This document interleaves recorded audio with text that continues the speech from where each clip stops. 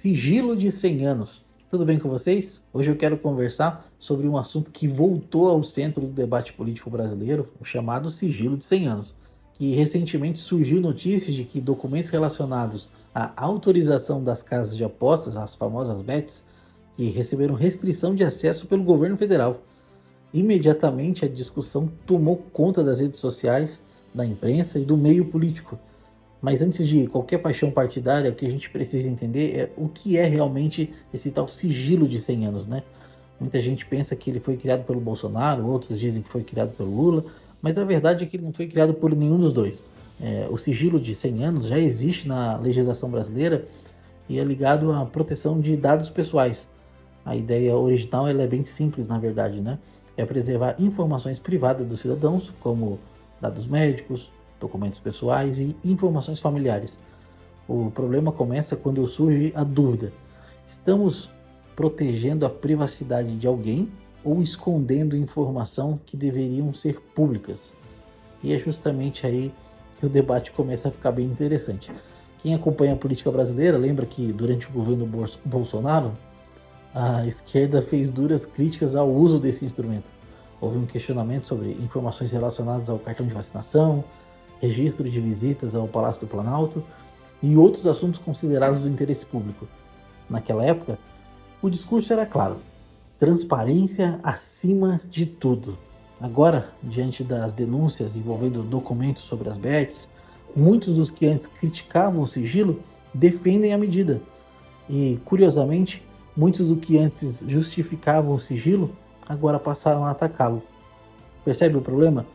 O debate deixou de ser sobre transparência e passou a ser sobre quem está ocupando o poder.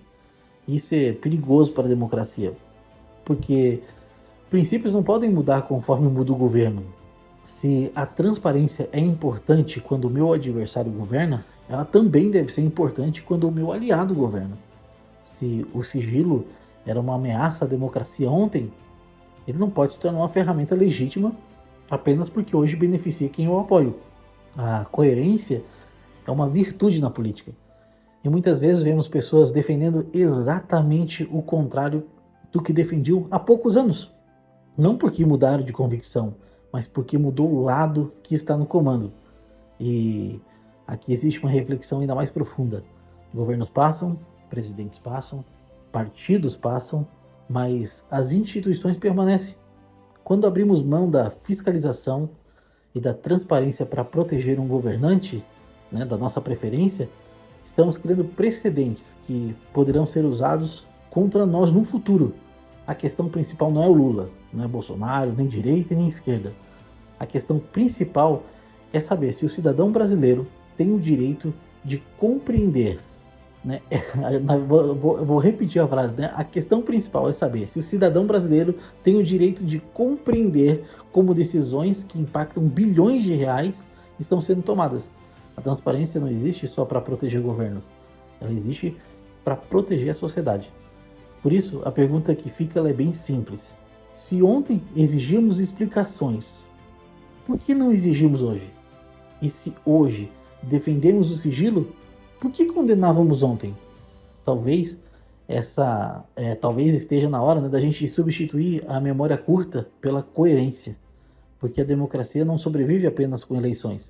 Ela sobrevive com fiscalização, responsabilidade e, acima de tudo, com uma régua para todos, ou a mesma régua para todos. Pense nisso e até a próxima.